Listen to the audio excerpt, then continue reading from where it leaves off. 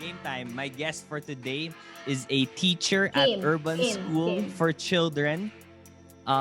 Used to teach at Yes. Explorations Preschool. Joining me on the podcast, Rica Basilio. Hello. Good evening. How are you? Thanks for being Hello, here. hello. For everybody that's watching and doesn't really know yet, like what do you teach specifically? Can you just quickly explain what it is you do and where you teach? Okay, I'm a preschool teacher. I work in Urban School for Children. So it's a very new school. We just started this pandemic season actually, because our old school Explorations, it closed because of the pandemic. So yeah, like the business side of it, I guess it just wasn't working out because there weren't kids anymore coming and they forecasted it wouldn't work out. Yeah, so they had to close it, but thankfully my boss, she put up a new school, Urban School for Children, and that's where I am now. It's a very, very small school. We only have, I think, less than 20 kids and just a couple of teachers with us. What we teach. So right now I teach a pre-kinder class, so 4 to 5 year old kids. What do we teach? What do we teach? So it's like a preschool. So we have a lot of subjects also, math, science, the usual. But I guess what makes us different from other schools is we're a progressive preschool. I don't know if you Okay. know it. Yeah, I want to ask more about the progressive. What is the difference with that? But then first, I just want to backtrack. So this is sort of like the preschool you were teaching in, and it's like a new, kind of like a new version. It's like an Yeah. online pandemic version. This is the Yes, first. yes, sort of like that. We sort of Eventually, like though, we do want to put up a physical school. We go just, back as of the to moment, we're just online. okay. And Yeah, then yeah, when yeah. this started, how was it like? This is you are the first. This is the first time I'm hearing of a school that started during the pandemic. How challenging was it to I know it's put the whole thing together? well, I'm just in the teaching side, so the administration side, I have no idea what went Okay. through with that, like all the papers, because I know, yeah, I have no idea what happened. But in the teaching side, it was a lot more difficult when we started, because of course, this is the first time in history where preschoolers are going to school online. Like, you've heard of like college students doing it before or master students doing before, but with preschool, there's no data in it. There's no, research, or there's nothing that we can base off what we're doing to know if what we're doing is correct, or how to engage the kids online. There's nothing. We didn't know anything, so it was a big there was a big learning curve on Uh-huh. the activities to do, how to talk to the kids, even how to address the families. Because, me and my partner were always saying that the families now, the parents now are our co-teachers. Because, what we know from the kids, it's limited by the screen. So whatever we know from them is just what we see through Zoom. So all the behind the scenes of how they do the work, or the tantrums, or Yeah. how they act, like we don't know any of those. It's really just based on what the parents tell us about the kids. Mm-hmm. So they're really our co-teachers. So yeah, that's something that we also had to adjust with. You mentioned that there's a big learning curve, that there's no data whatsoever, and especially with the age of the kids that you're teaching, it's not, Mm-hmm. there's a lot of how do I say this? I don't want to use the term mind reading, but you don't, with kids kasi they're still developing. So it's not like what you see and what you Sort of. give, diba? What are you the Yes, type of yes, person that gets excited with the yes. fact that it's such a new thing, that there's no data whatsoever? Does that challenge excite you, or is it, uh, do you feel like it's more of a handicap? Case to case, I guess. Sometimes I get scared because, I mean, maybe if it's something personal, I'd be excited. But then when it comes to kids, like this is like a life that Pa it's not naman. just you that you're getting affected by, like all these kids, and not just them, their families. And, like 4-year-olds developmentally, this is where they learn a lot, So if we do the wrong thing, they could be serious effects that's going to happen to them. Mm-hmm. So while it is, exciting, it's very exciting. It's also sometimes like we always have to be on our toes Yeah. because, these are kids that, yeah, yeah. I want to know though, why specifically kids? I had this when I would try to think of how was it like when I was studying, and then I go to like my preschool days. It's really just glimpses. Like it's like just short 1 second or just pictures of what it kind of looked like. I don't even know who my teachers were, what they looked like. Why specifically this one? Because you said nga that if you do mess up, diba, you don't know someone who's 40 Mm-hmm. years old Mm-hmm. might have some weird character. Di naman, sorry. I mean like trauma. Like because Yeah, of yeah, this, I he understand. can't Yeah. deal with Mm-hmm. this. Why specifically this Mm-hmm. one when it feels like this is I don't know. It even if it's like games lang, it's Uh-uh. so ano eh.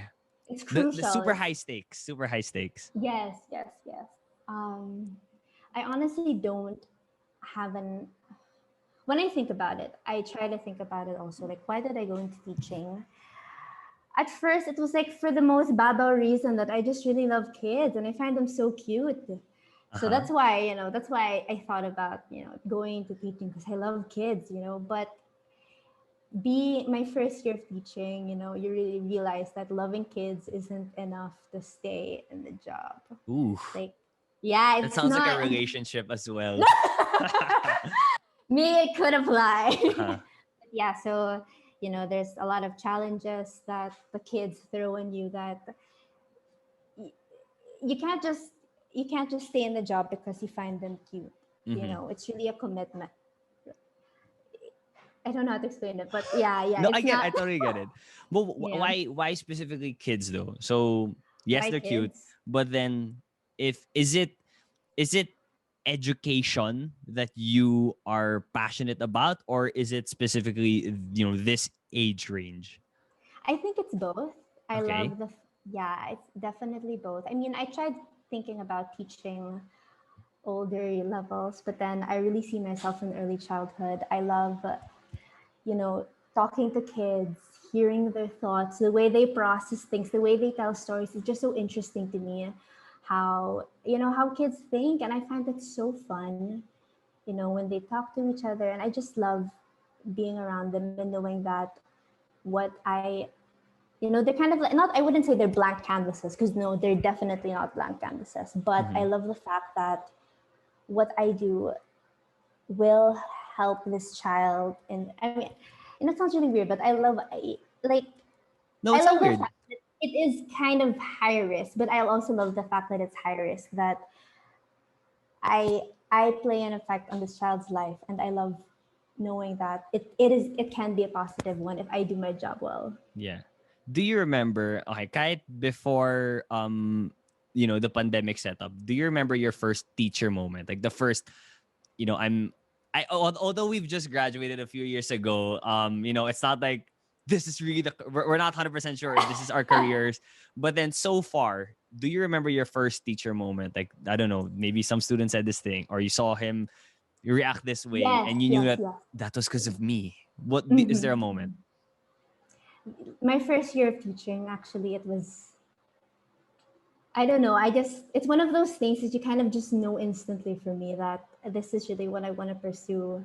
Okay. And yeah, I don't know, it was just being in the classroom and being with the kids. I just loved every moment of it, even though it was, definitely I had to learn a lot, since I came from a management background, so I knew Yeah. nothing about being in the classroom. So it was kind of just like, okay, am I doing this correctly? But I loved it. And I guess what really made me love it the most was having this particular student of mine. Because context. I work in the school that I used to work in. It was very inclusive to kids with special needs. So in a class, you can have kids who are typical and kids who may have learning disabilities. Okay. Yeah. So in my class, my first year of teaching, we were a class of 9 kids. Yeah, and out of the 9 kids, 3 of them had learning disabilities. And being with those kids in particular is what made me fall in love with teaching. Watching them develop and seeing how far they've come throughout the school year, and talking to the parents and being so proud to tell them, okay, your child, this is how your child is now, and really seeing their faces light up na, wow, I can't believe that's how my child is now. And you know I wouldn't say it's because of me, or but I think it's because kids are just, kids are just so great that way, that event, if you give them the opportunity, they really, really, really will surprise you. Okay. I want to dive into that. There in the nine from the nine students, a third of them had learning disabilities. Yeah, yeah. What's the? Do you know the value or the thought process as to why they're all together? Because usually, from what I know, is if they have a learning disability, they're all grouped together, and I Mm-hmm, don't. yes. I sorry, I'm not sure of the Yes, yes. politically correct Mm-hmm, way. I mm-hmm. don't want to say the regular kids or the No, no, no, it's okay. what's the Yeah, right yeah. term? Typical. We say the typical kid. The typical The kids. But typical, there's no yeah. typical. But oh yeah, Typical. I in this sense, the typical kids. Yeah, yeah, What? yeah. Yeah, I don't.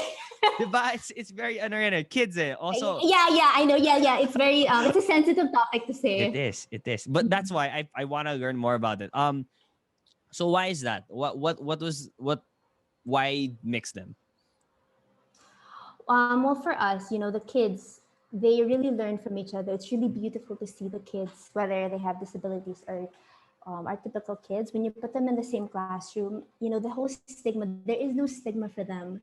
And it's beautiful to see how that plays out in the classroom. Like we have, for example, my first year teaching, I'm really going to base it a lot on my first year because that's where I Yeah. learned so much. Anyway, so my first year of teaching, I had a student who had a sensory issue. So what it Okay. means is when it comes to eating, she didn't like to eat.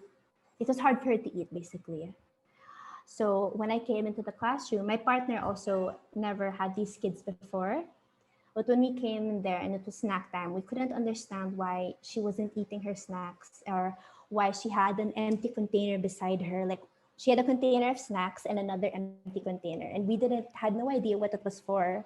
But her classmate, who was also her classmate last year, was the one who told us, "Teacher, this is what you should do in the class. So this is how you help her to eat." And this is a 5-year-old. So the 5-year-old was teaching us how to take care of his classmate. Wait, sorry. So how?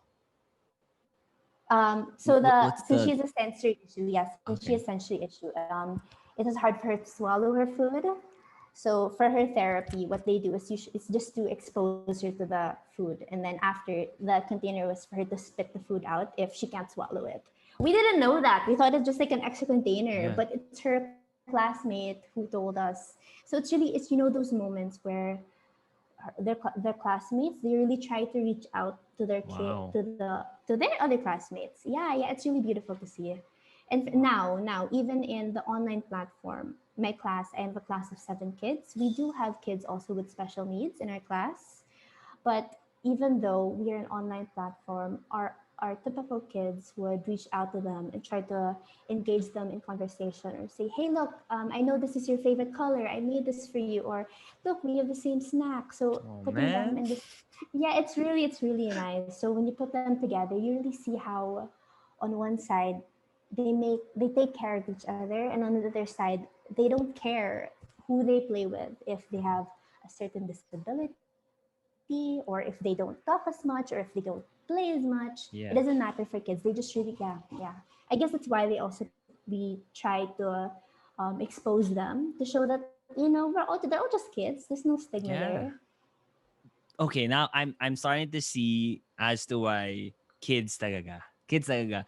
And the mixing thing, the Yeah. reason why I grew up in the traditional sense, when I went to preschool, Yes, yes. typical kids, I'm this is Mm-hmm. just my opinion and my observation. Maybe a reason why grown-ups, people generally in society, we really have those distinctions. Like you are separate. You have this different ability. You are different from me because from the onset, when you're kids, pa lang, and then you're separated, that probably plays a role into how you're Yes, gonna treat yes. those other people in the Yes. future. Yes, Wow. yes, exactly. Exactly, yeah. Now I want to go into the role of a teacher, especially a preschool teacher. When you're older kasi, you sort of make the distinction of teacher and parent. Like, okay, my teacher, I have to follow her for all the academic stuff in school. When I go home and how I live my life, my parents' rules. How do you make the Mhm. distinction between I'm a teacher versus I'm playing the role of a parent as to how you should treat others, how you should deal with problems. Because those are sort of fundamental parent lessons Mm-hmm, that's supposed to come from the parents. mm-hmm, mm-hmm, mm-hmm. We have a lot of, even before online, there are a lot of cases where when we meet with the parents, they say, oh, how come she's like that with you, but at home she's not like that? So even it's really hard sometimes Okay. that kids, they know when they're in school, they know the certain attitude they should have in front of their teacher. And usually the cases when they're at home, it's more relaxed. Like they don't have to, I wouldn't say they don't have to follow rules, but I guess they have their guard down compared to when Yeah. they're at They're school. more So they're, themselves. yes, they're more themselves, but whereas they're in the school, they have, I don't know, they're student mode, just the Mhm. way Yeah. like us, at school we have teacher mode, but at home, we're more relaxed. We don't have to always be so prim and proper all the time. So I would say until now, it's still something that, all teachers have to work on. Um, throughout, because really it depends. For me anyway, I think it depends. Each kid is so different. So even though with one kid you've already mastered that skill, come next year you have this different class. It's really something that you have to continuously work on because it really changes every time you have a new kid. Do you have any rules or are you guys given some guidelines as to, especially in disciplining, like how much can you give? How much can you, do in terms of disciplining a kid? Because essentially that's the parent's role. Well, of course, there are some boundaries that, we have to set because, they're kids. They should know that there are some behaviors that are acceptable and there's some behaviors that aren't acceptable. But I guess, uh, well, I don't think, for me anyway, I haven't seen any behavior so far that I think I would be crossing the line of Okay. like, this is only something a parent can do. Okay. Yeah, yeah, yeah. So it's hard for me to say. But yes, there are some things. Teachers do have to set borders that, and I guess it's an understanding already with the parents that as a teacher, I'm in charge of caring for your child in school. So even though, I'm just a teacher, you're sort of giving me this responsibility to care for your child. You're entrusting your child to me while Mm-hmm. the child is in my classroom. So I think that's why that there's this super importance between building relationships with the families that you work with Yeah. because oh yeah, only then do you get to tell them, you get to talk to them about their expectations, how they are at home, how they want their child to, their goals for the child. Yeah, because it's very difficult if you're at very you don't have the same goals or expectations for the child. Mm-hmm. Yeah, yeah, so that's why it's very important to build Yeah. relationships. Yeah. So I guess that maybe that's a reason then why you guys call it FTC instead of Yes, PDC. Like yes, it's a yes. whole Mhm. family thing. Was this Yes, whole yes. um making it a really family centric form of education? Was that something that the pandemic brought out? Kasi now, di ba, yung mga, I'm sure, activities or stuff that they physically have to do, you really need the parents more now. Is that something that the pandemic brought out or noon pa, Mhm. that's what you guys been doing? Yeah, yeah, actually it's something that my boss, she was the one who started the school. It's something that she's been doing ever since. So it's really nice to see, like in our old school, we'd invite maybe a sibling to read to the class or a Oh, okay. lolo to cook with the class. So ever since before, there's really this importance to the family and how the family does, everybody in the family plays an importance in the child's learning. And then not just, family members, but even like the caretakers.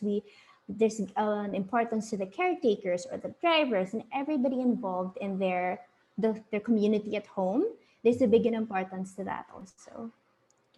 Why do you think that now that you're saying these stuff, it sounds very idealistic. It's very that's good. That's how we should do it. But I don't know if it's just my traditional background. It changes it once you enter the big school. I've been big school ever since. So I went to a preschool that's sort of like that. Like my kuyas, they have come and they read stories also, all those type of stuff. And then suddenly there's this switch, and Yeah, then yun na, it's very parang kind of corporate, it's kind of traditional. Yes, Awesome. yes, yeah. Do you think that there has to be a change? Just on your just based on your opinion, you do not don't worry, you don't speak for like Right. the whole education system naman. Do you think there has to be a huge change, or do you feel like things are the way they are because that's how they're supposed to be? Um, so over when the pandemic started and I didn't have a job yet because the school newly closed, I thought You're of cutting taking, banks all lang. these online courses, fill my time, whatever. Yeah. Never again. Anyway, yeah, I took a course called Family and Importance of Family Education, family involvement in education. Okay. So yeah, so actually, what they're doing in the U.S., they're transitioning. So you know how, like you were talking about, how here, when you're in a big school, you're kind of on your own. You don't have so much family involvement anymore when it comes to Mm-hmm. these things. So in the US, what they're trying to do is they're trying to put more family involvement. And it's very different from the preschool setting where, I mean, it's not like you're going to invite your parents over to read because, of course, you're in high school. Who's going to want that, right? But it's Yeah. more of, getting the family involved in maybe, the extracurriculars, or getting them involved to know that this is what your child's learning, this is the load. Mm-hmm. So if you can support them in a certain way, then at least the parents are aware. And based on the studies, this really does help a lot of students stay motivated. The attendance levels are much better, and the kids who end up enrolling to college is a lot more. So I feel like if we do apply that to the Philippine setting, I think that it will help. I mean, we don't know how yet because it's Yeah. all theory, but I feel like, I mean, there's nothing wrong with family engagement. I don't see a negative side Yeah. with trying to involve your family more in the educational Yes. setting. I Yeah. feel like I totally agree with you, and how I think that was in economics when you learned that the household is the basic unit of society. I See? think but we've learned that, diba, na Yeah, yeah, yeah. it's really that. And growing up, and then I see different people from different schools. You can have we have those stereotypes. Kung atenista mayabang, kung, diba, if they're Yeah, from yeah, this, yeah, I don't yeah, want to say yeah, any yeah. other schools. I can just talk about my school because it's I can attest to that. It is pretty true. Atenista mayabang, but not all. Like a lot of the characteristics of these students, that's still based on how their parents, raised Yes, them. That's how definitely. they were. Definitely. That's how it The was. examples that were set Yeah. for them.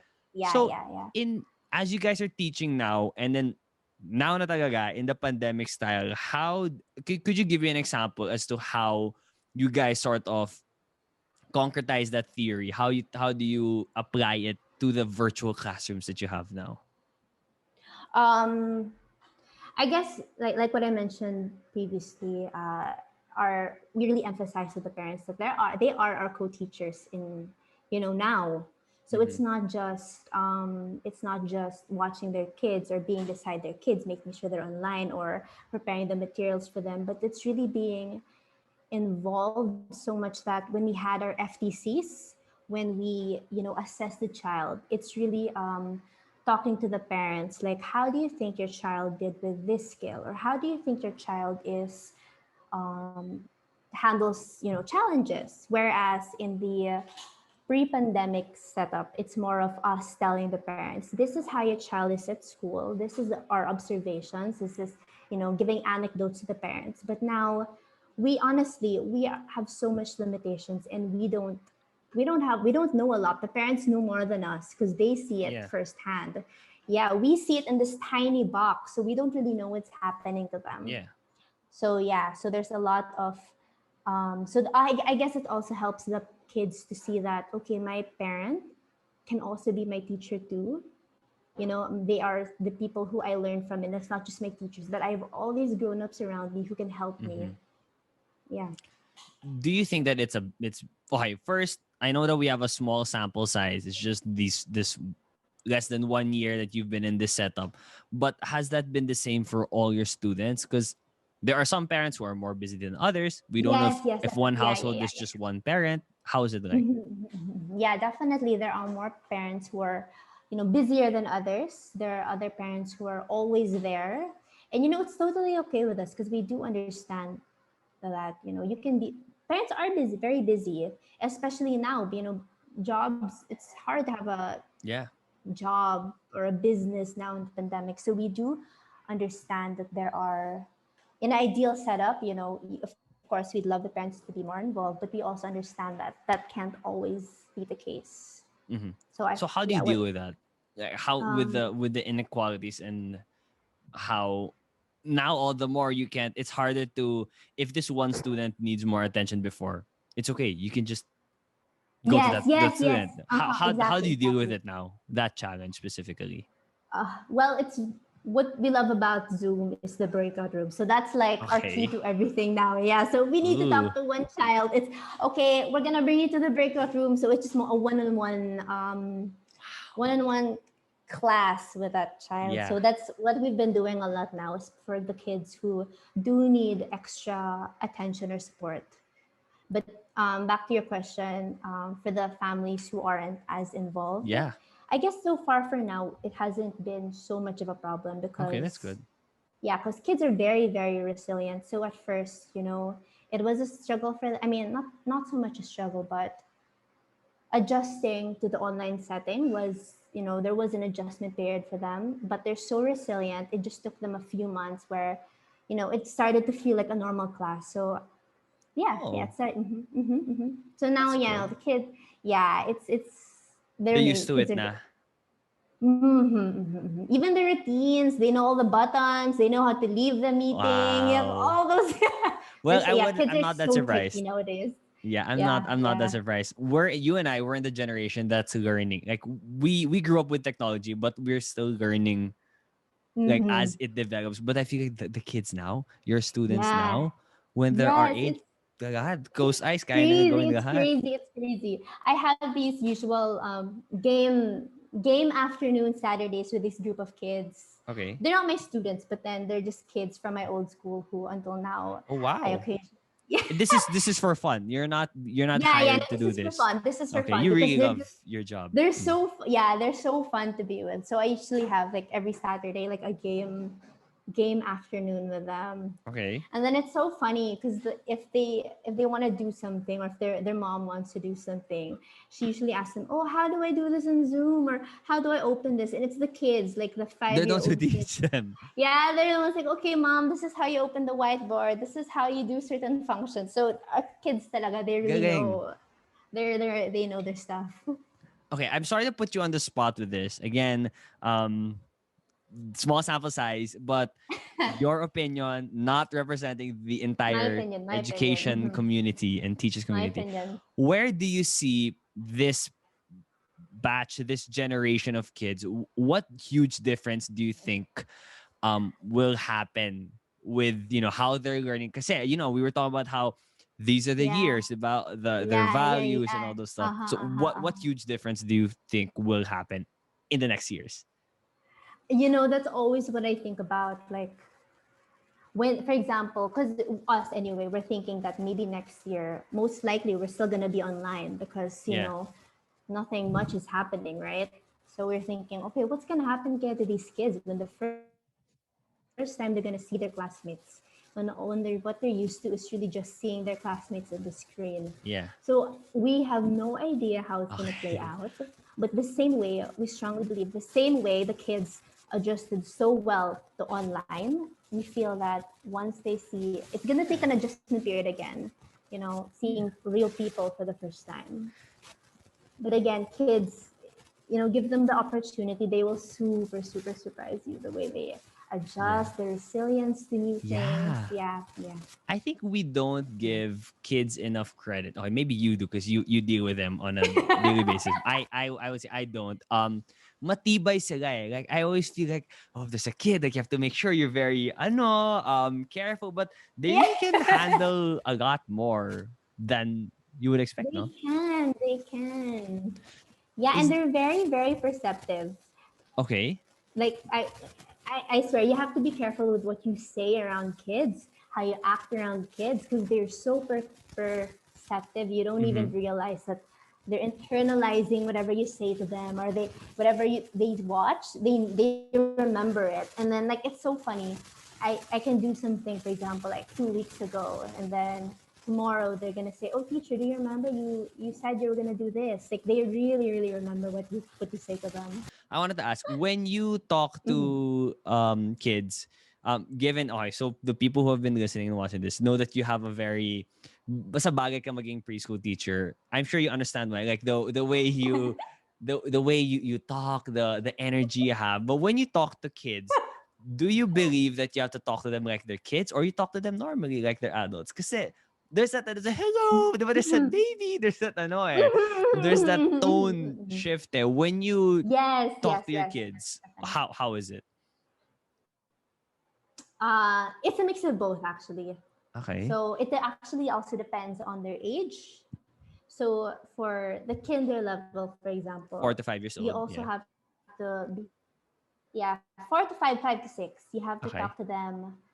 I mean, not like they're adults, but the language that you use. These are the years. They also learn how to talk and they learn language by what they hear. So if you talk to them like they're a kid, then that's how they also will learn how to talk like a kid. So that's Wow. why it's important that the language you use with them is appropriate. Like I'm talking to you as, you know, I'm not gonna talk to you. I'm not gonna talk to my kids like this, I'm gonna talk to them. Okay. There's like what you said, like a tone, like Yeah. it's like a Make sing-song konting tone. ano, make Yeah, there's konting adjustment. content adjustment, but then also the sentence construction should already be like you're gearing them up for grade one, for the grade school years when they should already start to talk, not so Yeah. much. Yeah, yeah. But of course, in the preschool years, you do have to baby it down a little because these Baby pa kids rin eh. baby parent, yeah, Oh. yeah. They won't really understand if you're talking in these long sentences. So I guess it's really Oh. about being, yeah, yeah, because there's still I don't know the exact number because again I don't have an education background, but you know generally they know these amount of words, let's say, Yeah. whereas the kinder kids know these amount of words. So about for the Oh. kinder kids, you have to challenge them to keep growing what they know. For the Yeah. younger kids, challenge pa rin, but then also realizing that this is where they're at. So you're meeting them here. Whereas the kinder kids, this is where they're at, you're meeting them here. So you, wow, so it's really the whole teaching game, the whole craft you have with teaching. It's really about being resilient, and you really have to, we said how kids learn to adapt, but I think teachers must lalo na kasi the kid just has to focus on his adapting. You have to adapt to like each student, every single class, every single year. Mm-hmm. Wow. Does it get Yes, yes, exhausting? yes. I think that's also something.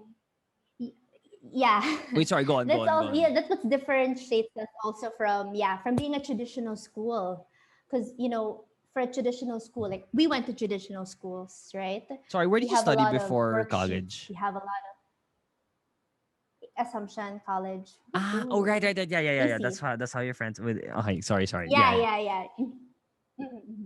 Yeah, yeah. So yeah, we had a lot of tests. Everything. It's like a one size fits all type of thing in big schools, right? Yeah, Everybody does the same but thing. it Everybody doesn't. learns at the same place. Yeah, exactly. But it doesn't, and that's really why I love teaching where I'm at.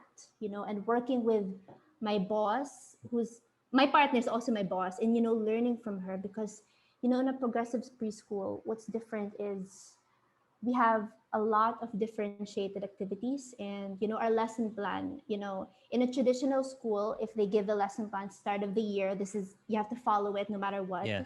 For us, we plan our lesson plans weekly, and Wow. not and these still change a lot, so there's a lot of planning involved. And aside from that, we can right now what we're doing is we make at least 2 to 3 different lesson plans every week Per week, because like you have to prepare. May plan A, plan B. not plan A, plan B, but more of this lesson plan is for this child. This lesson plan is for Oh this my child. gosh, what? Yeah, Okay. yeah. Because we acknowledge that each child, they have their own strengths. They all learn Yes. differently. They they're not at the same, developmentally. They're not all at the same place. So I have, for example, a student who can read like she's a grade 2 student, and I have another student who maybe is still learning how to read, or Grabe yung another mga yun student who ah. to learn. Yeah, yeah. You know what? Their skills are super, super diverse, like Can I opposite ends of the spectrum. just say Go I ahead. honestly sometimes would get scared of like a 4-year-old kid who's so intelligent. It's like, yo, wait lang. Mm. Why do you have this much? Why? Why? What's gonna happen I- in 30 years? Huh? You have to be careful with this kid It's so funny. specifically. Yes, it's so funny. One of my students now, she reads, well, doesn't read, but her parents read her chapter book. So she made Oof. her own Hobbit, the Hobbit, as in she can Wait, narrate the, as in Lord of the Rings Hobbit. okay. She can narrate, yeah, she narrates it, and then she drew the pictures. Her mom wrote down the words, narrating the whole story. It's so funny. Wow.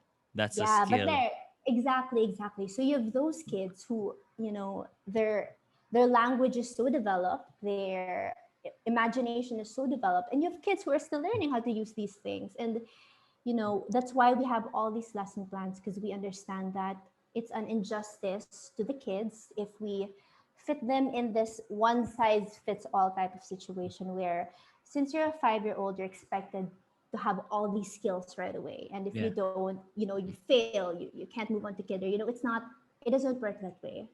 So that's why, yeah, yeah. How do you measure your success though?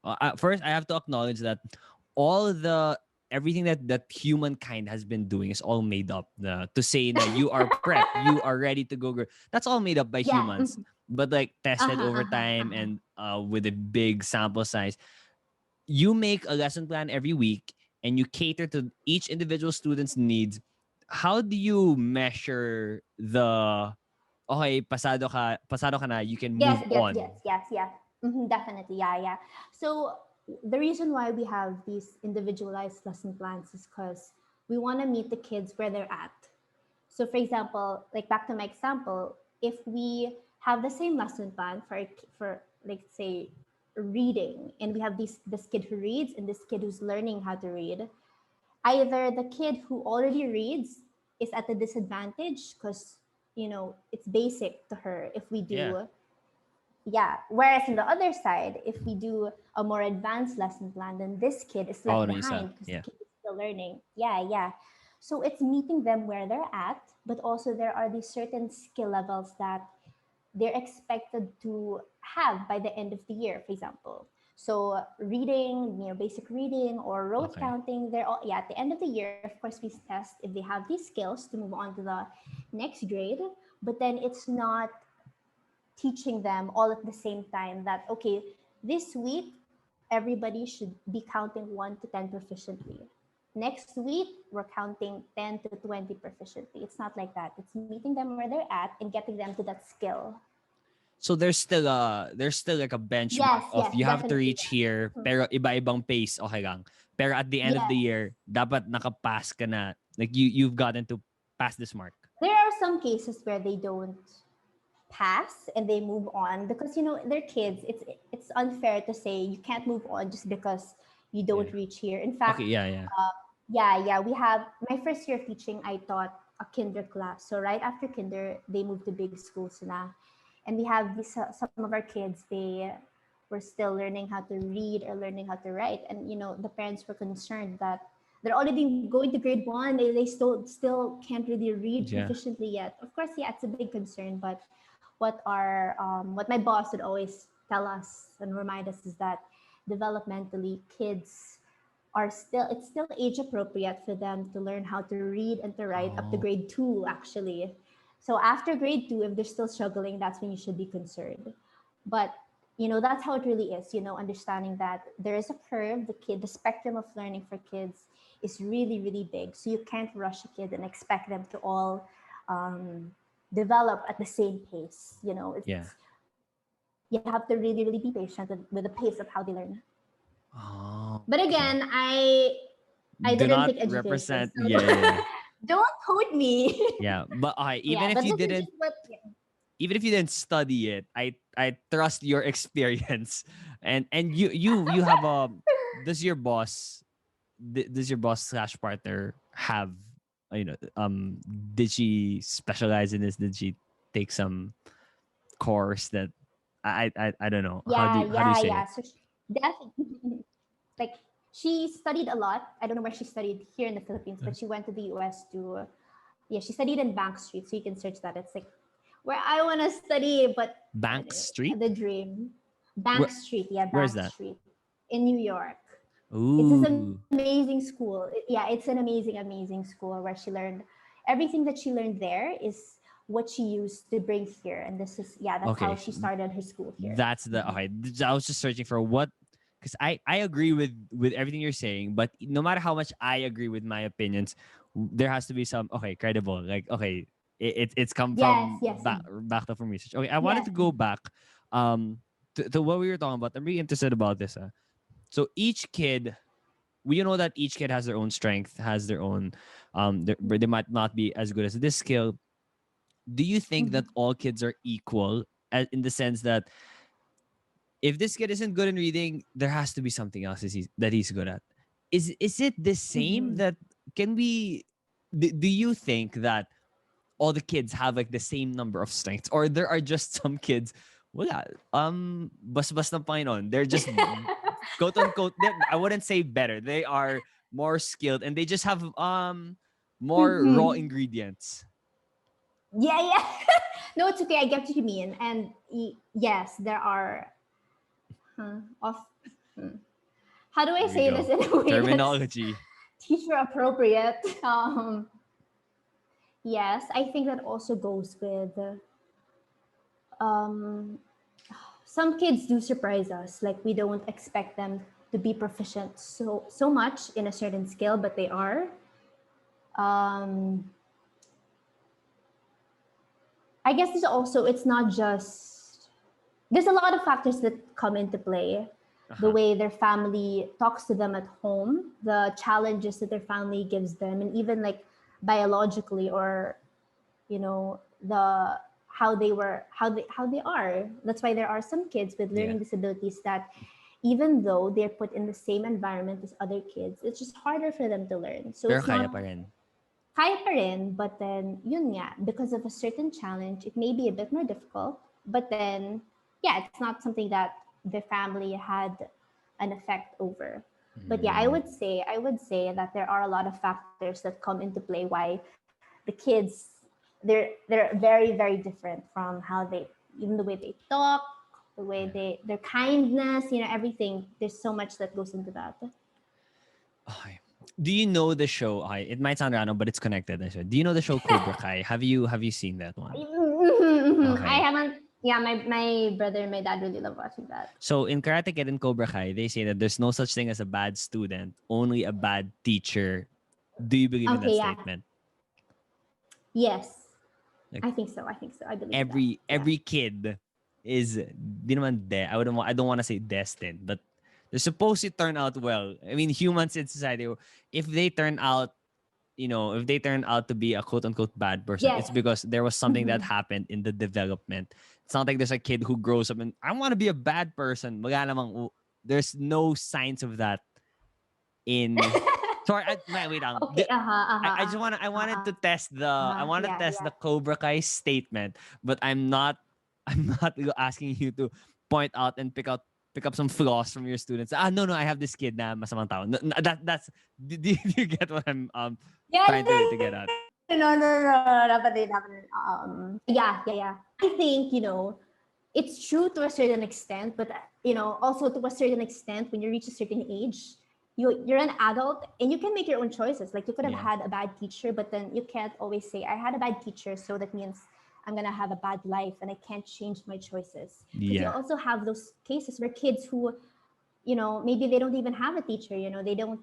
They aren't fortunate enough to go to a school, but here they are, accomplishing these big things when they grow up because of the choices they made. So on one hand, I do believe that teachers do play a big role, but Mm-hmm. at the same time, when you reach a certain age, you kind of have to make your own Yeah. choices. Yeah. Saying na yun, Yeah, saying na yun. Okay, yeah, gets. yeah. In this whole teaching in this pandemic style, where do you see this long term?